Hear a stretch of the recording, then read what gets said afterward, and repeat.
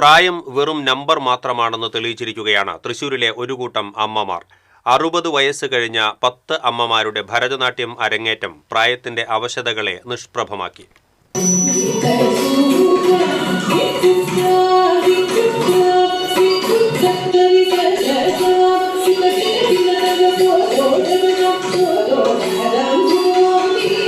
Thrissur Kuttanallur hill gardens residence അസോസിയേഷനിലെ 10 അമ്മമാരാണ് ഭരതനാട്യം എന്ന ആഗ്രഹം നിറവേറ്റിയത്.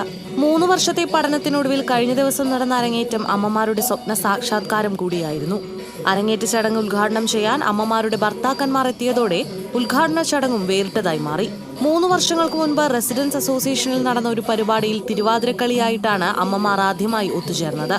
തുടർന്ന് റെസിഡൻസ് അസോസിയേഷനിലെ താമസക്കാരിയായ RLV സൗമ്യ സുജിത്താണ് അമ്മമാരെ നൃത്തം പഠിപ്പിക്കാമെന്ന ആശയം മുന്നോട്ട് വെച്ചത്. ഒരു തിരുവാതിരയാണ് ആദ്യമായിട്ട് ഇവിടെ സെറ്റ് ചെയ്യാൻ വന്നത്. അപ്പോൾ ഞാൻ പറഞ്ഞു, നിങ്ങൾ ഡാൻസ് പഠിക്കുകയാണെങ്കിൽ നന്നായിരിക്കും, നിങ്ങളൊന്ന് പഠിച്ചു നോക്കുക എന്ന് പറഞ്ഞു.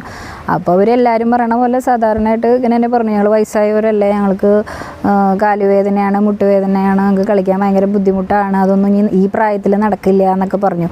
ഞാൻ പറഞ്ഞു, ഒന്ന് ചെയ്ത് നോക്ക്, പറ്റുമെന്ന് നോക്ക്, ചെയ്ത് നോക്കാണ്ട് എങ്ങനെയാണ് നിങ്ങൾ ഇത്രയും പെട്ടെന്ന് ഇത് പറ്റില്ല എന്ന് പറയണേന്ന് പറഞ്ഞപ്പോൾ ഒരു ചെയ്യാമെന്ന് പറഞ്ഞു. 3 വർഷമായി ഇപ്പോൾ പഠിക്കണേ. അങ്ങനെ ഒരു അരങ്ങേറ്റം ചെയ്യാമെന്ന് വിചാരിച്ചു. അപ്പം എന്ത് പഠിക്കുകയാണെങ്കിൽ അതിനൊരു പൂർണ്ണത വേണമല്ലോ.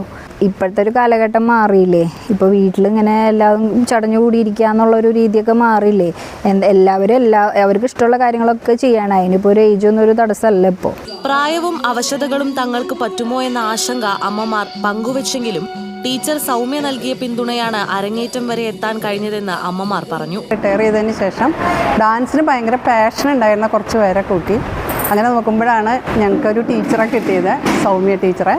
ഞങ്ങളെല്ലാവരും എബവ് 60 ആണ്. അപ്പം ഞങ്ങൾക്ക് പഠിപ്പിക്കാൻ കിട്ടിയ ടീച്ചർ വളരെ ക്ഷമയും സ്നേഹവും വളരെ പറഞ്ഞ് ഞങ്ങളെ പഠിപ്പിക്കുന്ന ഒരു ടീച്ചറായിരുന്നു. അങ്ങനെ ഞങ്ങൾ ഭരതനാട്യത്തിലേക്ക് കാലെടുത്ത് വെക്കുകയാണ്. കഴിഞ്ഞ അടവുകൾ പഠിച്ചു. അപ്പോൾ ഏകദേശം ഒരു 3 വർഷം ആവാറായി ഞങ്ങൾ ഇത് പഠിച്ചു തുടങ്ങിയിട്ട്.